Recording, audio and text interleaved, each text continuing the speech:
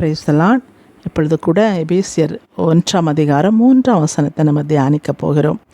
3 பார்த்திங்கன்னா, நம்முடைய கர்த்தராகிய இயேசு கிறிஸ்துவின் பிதாவாகிய தேவனுக்கு ஸ்தோத்திரம். அவர் கிறிஸ்துவுக்குள் உன்னதங்களிலே ஆவிக்குரிய சகல ஆசீர்வாதத்தினாலும் நம்மை ஆசீர்வதித்திருக்கிறார் என்று சொல்லி எழுதப்பட்டிருக்கிறது. முதலாவது பார்த்திங்கன்னா 1-2 வசனங்கள் நமக்கு மிகவும் அருமையாய் கர்த்தர் போதித்திருக்கிறார். மிகவும் பிரயோஜனமாக இருந்திருக்கும் இதை நான் விசுவாசிக்கிறேன். இந்த நேரத்திலும் 3வது வசனம் என்ன சொல்கிறதுனா, அவர் பிதாவாகிய தேவனை ஸ்தோத்தரிக்கிறார். எல்லா நேரங்களிலும் பிதாவாகிய தேவனை ஸ்தோத்தரிக்க வேண்டும் என்று சொல்லி இந்த வசனம் நமக்கு சொல்கிறது. பார்த்திங்கன்னா, ஒரு வார்த்தை எழுதுவதற்கு முன்பாகவே கூட பிதாவாகிய தேவனை அவர் ஸ்தோத்தரிக்கிறார். நம்முடைய வாழ்க்கையிலும் எல்லாவற்றிலும் நாம் பிதாவாகிய தேவனை ஸ்தோத்தரிக்க பழகி கொள்ள வேண்டும். அவரை துதிப்பது நல்லது, அவரை கீர்த்தனம் பண்ணுவது நல்லது என்று சொல்லி நம்ம பார்க்கிறோம். அவர் துதிகளின் மத்தியிலே வாசம் செய்கிறவர் என்று சொல்லி பார்க்கிறோம். நம்ம எப்போது நம்ம துதித்து கொண்டிருந்தால் அவர் நம் மத்தியிலே அவர் வாசம் பண்ணுவார். பாருங்கள், உலகத்தில் எதற்கும் தேவன் பயப்படுவதாக சரித்திரமே இல்லை. ஆனால் அவர் துதிகளுக்கு மட்டும் பயப்படுவாராம். அவர் துதிகளுக்கு பயப்படத்தக்கவர் என்று சொல்லி நம்ம வாசிக்கிறோம். நம்ம அதிகமாய் துதிக்கும் போது தேவனுடைய பிரசன்னம் நம்மை விட்டு விலகபடி அவர் நம்மளை காத்து வழி நடத்துவார் என்று சொல்லி நம்ம வாசிக்கிறோம். சங்கீதக்காரன் என்ன சொல்கிறான்? நான் கர்த்தரை எப்போது காலத்திலும் கர்த்தரை துதிப்பேன், எப்பொழுதும் அவரை கீர்த்தனம் பண்ணுவேன் என்று சொல்கிறத நம்ம பார்க்குறோம். அவர் துதி என் வாயில் இருக்கும் என்று சொல்லி சங்கீதக்காரன் சொல்கிறார். எப்பொழுதும் துதிக்கணும். கஷ்டத்திலும் துன்பத்திலும் பாடுகளிலும் வேதனையிலும் நம்ம அவரை துதிக்க துதிக்க துதிக்க துதிக்க துதிக்க பார்த்திங்கன்னா ஒரு அக்கினி, ஒரு பிரசன்னம், ஒரு மகிமை நம்மளை மூடுவதை நம்ம பார்க்க முடியும். ஏதாவது ஒரு காரியத்தை உங்களுக்கு பெற வேண்டுமா, அதிகமாக நீங்கள் துதிங்க. துதிக்க துதிக்க துதிக்க பார்த்திங்கன்னா அந்த காரியத்துக்கு விடுதலையை நம்ம பெற்றுக்கொள்வதை நம்மளால் பார்க்க முடியும். அப்போ எபேசியரில் அவர் சொல்கிறார், முதலாவது பிதாவாகிய தேவனுக்கு ஸ்தோத்திரம் என்று சொல்கிறார். ரெண்டாவது பார்த்திங்கன்னா அவர் என்ன சொல்கிறாருன்னா, அவர் கிறிஸ்துவுக்குள் அப்படி சொல்கிறார்னா, பிதாவாகிய தேவன் கிறிஸ்துவுக்குள் உன்னதங்களிலே ஆவிக்குரிய சகல ஆசீர்வாதத்தினாலும் நம்மை ஆசீர்வதித்திருக்கிறார். இப்போ என்ன சொல்கிறார்னா, பிதாவாகிய தேவன் கிறிஸ்துவுக்குள் உன்னதங்களிலே, இந்த 3 வார்த்தை நம்ம பார்க்கும்போது உன்னதத்திலே பிதாவாகிய தேவன் இருக்கிறார்.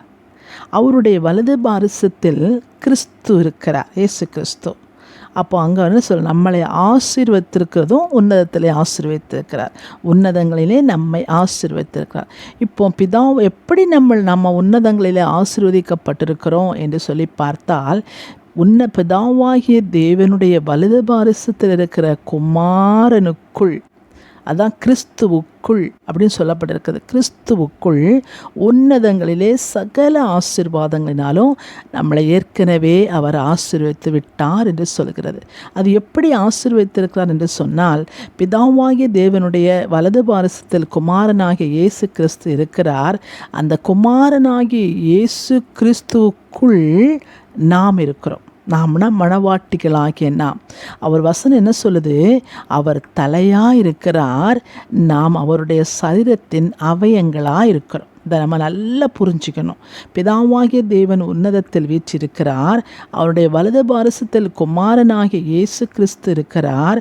குமாரனாகிய இயேசு கிறிஸ்துவுக்குள் மணவாட்டிகளாகிய நாம் இருக்கிறோம். எப்படி இருக்கிறோன்னா, கிறிஸ்து தலையாக இருக்கிறார், அவருடைய சரீரத்திலே அவயங்களாய் மணவாட்டிகள் இருக்கிறோம் என்பது நம்முடைய வெளிப்படுத்தப்பட்ட வேதவசனம். அப்படி என்று சொன்னால் நாம் எங்கே இருக்கிறோம் அப்படின்னா, உன்னதத்தில் இருக்கிறோம். என்று நம்ம ரட்சிக்கப்பட்டோமோ, என்று நம்ம தேவனோடு அவரோடு கூட உயிர்த்தெழுந்து அவரோடு கூட பாவத்துக்கு மரித்து நீதிக்கு பிழைத்திருக்கும்படியாக நம்ம மறுபடி பிறந்தோமோ, அன்றே நம்ம என்ன பண்ணுறோம்?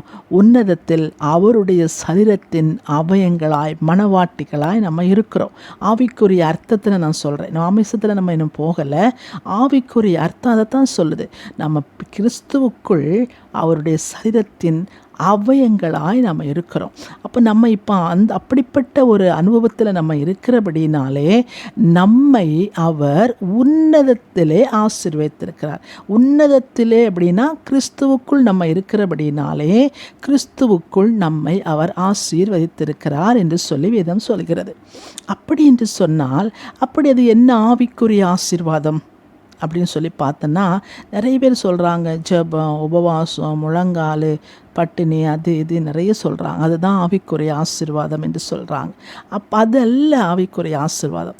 அது இந்த பூமியிலே நாம் வாழ்வதற்கு சத்துருடைய கரங்களிலிருந்து விடுதலையாகி தேவனிடத்திலிருந்து ஆசீர்வாதங்களை பெற்றுக்கொள்ளும்படியாக நம்ம இப்படிப்பட்ட காரியங்களை செய்து நாம் தேவனிடத்தில் நெருங்குகிறோம் அவரிடத்திலிருந்து ஆசீர்வாதங்களை பெறுவதற்கு. ஆனால் அது அல்ல உன்னதத்தின் ஆசீர்வாதம். உன்னதத்தின் ஆசீர்வாதம் என்றால் என்ன என்று சொல்லி பார்த்தால், நம்முடைய எபேசியர் புஸ்தகத்தில் அழகாக எழுதப்பட்டிருக்கிறது, உலக தோற்றத்திற்கு முன்பாகவே தேவன் நம்மளை தெரிந்தெடுத்தார். இது ஆவிக்குரிய ஆசீர்வாதம் என்பது என்ன? உலக தோற்றத்துக்கு முன்பாகவே அவர் நம்மை தெரிந்தெடுத்தார். அவர் நம்மை முன்குறித்தார். அவர் நம்மளை நீதிமானாக்கினார். அவர் நம்மளை அழைத்தார். அவர் நம்மளை பரிசுத்தப்படுத்தியிருக்கிறார். அவருடைய பாவங்களை கழுவியிருக்கிறார். உலக தோற்றத்துக்கு முன்பாகவே அப்பா பிதாவே என்று அழைக்கத்தக்க புத்திர சுவிகாரத்தை நமக்கு கொடுத்திருக்கிறார். அப்பா அந்த உலக தோற்றத்துக்கு முன்பாகவே நாம் தெரிந்தெடுக்கப்பட்டவர்களாக இருக்கிறோம். உலக தோற்றத்துக்கு முன்பாகவே சுவிகார புத்திரர் என்கிற ஒரு ஸ்தானத்தை நாம் அடைந்திருக்கிறோம். உலக தோற்றத்துக்கு முன்பாகவே சகலவற்றையும் ஆளுகை செய்யும் அதிகாரத்தை நாம் பெற்றிருக்கிறோம். அப்போ தேவன் சொல்லுகிற ஆவிக்குரிய ஆசீர்வாதம் என்றால் என்னன்னா, நாம் ரட்சிக்கப்பட்டிருக்கிற நம்முடைய பிள்ளைகளுக்கு தேவன் சகல ஆசீர்வாதங்களையும் அதாவது முன்குறித்திருக்கிறார். அவருடைய பிள்ளைகளாய் முன்குறித்திருக்கிறார். அவருடைய பிள்ளைகளாய் அழைத்திருக்கிறார். அவருடைய பிள்ளைகளாய் நீதிமானாக்கியிருக்கிறார். அவருடைய பிள்ளைகளாய் பரிசுத்தப்படுத்தியிருக்கிறார். அவருடைய பிள்ளைகளாய் சுதந்திரராக்கியிருக்கிறார். அவருக்குள்ள சகலவற்றையும் ஆளுகை செய்யும்படியாக நம்மை தெரிந்தெடுத்திருக்கிறார். பாருங்க, தேவன் இந்த ஆவிக்குரிய ஆசீர்வாதங்களினாலே நம்மை அவர் ஆசீர்வதித்திருக்கிறபடியினாலே அதனுடைய அந்த ஆசீர்வாதத்திற்குள்ள சகல அதிகாரத்தை அவர் நம்மளுக்கு கொடுத்திருக்கிறபடினாலே, அப்பா என்று கூப்பிடத்தக்க அந்த புத்திர சுவிகாரத்தை நமக்கு கொடுத்திருக்கிறபடினாலே, நம்ம பூமியிலே இருக்கும்போது, நம்ம மாமிசத்தில் பூமியில் இருக்கும் பாருங்க, அவர் உன்னதத்திலே நமக்கு சகல ஆவிக்குரிய ஆசீர்வாதங்களை நம்ம ஆசீர்வதித்திருக்கிறார். இப்போ அந்த ஆவிக்குரிய ஆசீர்வாதங்களில் ஒன்று அப்பா என்று அழைக்கிற ஒரு ஆசீர்வாதத்தை உன்னதத்தில் நம்ம கொடுத்துட்டாரு. அப்போ நம்ம பூமியில் இருக்கும்போது ஒரு துன்பமோ ஒரு வேதனையோ ஒரு கலக்கமோ வரும்போது அப்பா அப்படின்னு கூப்பிடத்தக்க அதிகாரத்தை அவர் நமக்கு உன்னதத்தில் வச்சுட்டார். முதல்லையே கொடுத்துட்டாரு. நாம் எங்கே கொடுத்துட்டாருன்னா, நம்ம கிறிஸ்துவுக்குள் இருக்கோம் பார்த்தீங்களா, அந்த கிறிஸ்துவுக்குள் அந்த ஆசீர்வாதத்தை நமக்கு வச்சிருக்கிறார். அந்த அதிகாரத்தை தந்துட்டார். அப்போ நம்ம பூமியில் இருக்கும்போது அந்த அதிகாரம் நமக்கு இருக்கிறபடினாலே அப்பா அப்படி நம்ம கூப்பிடலாம். அப்போ கூப்பிடும்போது நம்முடைய வாழ்க்கையில் இருக்கிற கட்டுக்கள் பாரங்கள் நமக்கு நீங்கும். பாருங்கள், இப்போ நம்மளை பார்த்தீங்கன்னா பூமியில் சில பேருக்கு பாவத்தை விட முடியாது. அப்போ ஏற்கனவே நம்மளை அவர் பரிசுத்தப்படுத்தி இருக்கிறார். பாருங்கள், ஆவிக்குரிய ஆசீர்வாதம் ஆகிய அந்த பரிசுத்தப்படுத்தல் நடந்து முடிஞ்சாச்சு. அப்போ நம்ம இங்கே இருந்து நம்ம சொல்கிறோம், பூமியில் இருந்தப்பா இந்த பாவத்தை எனக்கு விட முடியல, இந்த பாவத்தில் எனக்கு விடுதலை கொடுங்கப்பா அப்படின்னு நம்ம கேட்கும்போது ஏற்கனவே ஆசீர்வதித்திருக்கின்ற அந்த ஆசீர்வாதம் நம்முடைய தலைமையில வந்து தங்கும். நாம் ஆசீர்வதிக்கப்பட்ட பிள்ளைகளாய் நாம் இருப்போம். வாழ்க்கையில் இந்த உலகத்தில் பார்த்திங்கன்னா நிறைய கஷ்டத்துலையும் துன்பத்துலையும் நம்ம இருக்கிறோம். நம்முடைய வாழ்க்கையில் பாடுகள், நம்முடைய வாழ்க்கையில் வேதனைகள், நம்முடைய வாழ்க்கையில் என்ன வேணாலும் நமக்கு வரும் பாருங்கள்.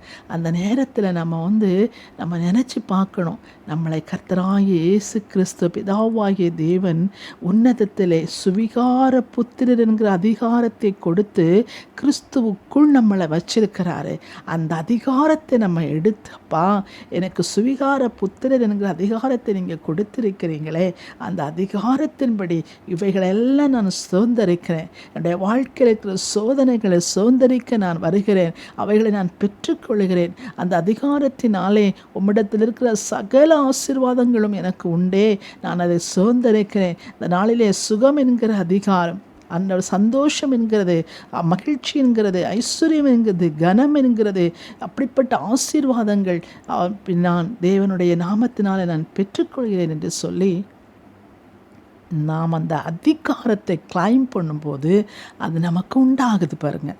அதுதான் ஆவிக்குரிய ஆசீர்வாதம். முதலாவது நாம் அறிந்து கொள்ள வேண்டியது என்னென்னு சொன்னால், தேவன் நம்ம எந்த அவரோடு கிட்டி சேர்கிறோமோ அன்றே நமக்கு சகல ஆசீர்வாதத்தினாலும் நம்ம கிறிஸ்துவுக்குள் இருக்கிறபடினாலே அந்த ஆசீர்வாதத்தை நமக்கு கொடுத்துட்டார்.